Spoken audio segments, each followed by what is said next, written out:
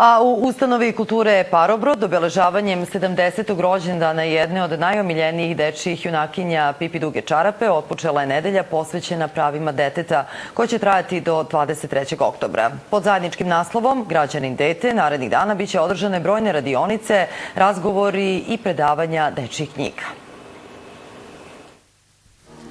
Uz čajanku i priča Astrid Lindgren, veliko društvo omiljenih dečijih junaka, predvođenih Pipi Dugom Čarapom, koja je iz pera poznate književnice nastala pre tačno 7 decenija, u ustanovi kulture Parobrod započela je nedelja posvećena dečijim pravima.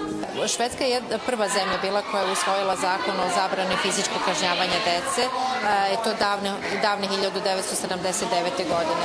Što znači da tih 36 godina bogatog iskustva ipak mogu da posluže kao primer i kao, da kažem, inspiracija možda i drugim zemljama da sledi taj primer.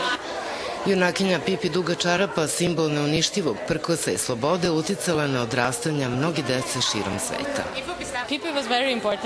Pipi je bila važna za mene. Pročitala sam sve knjige i pogledala sve filmove. Ona nam je davala hrabrost da budemo ono što jesmo, ali i da ponekad kažemo ne odraslima. Njene priče nas uče životu i nikada ne prestajemo sa čitanjem.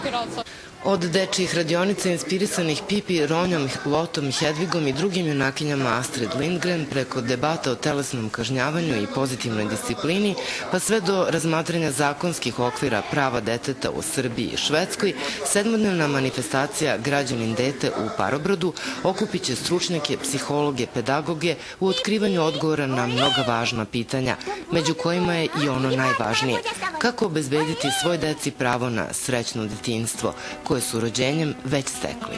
Olé! Olé!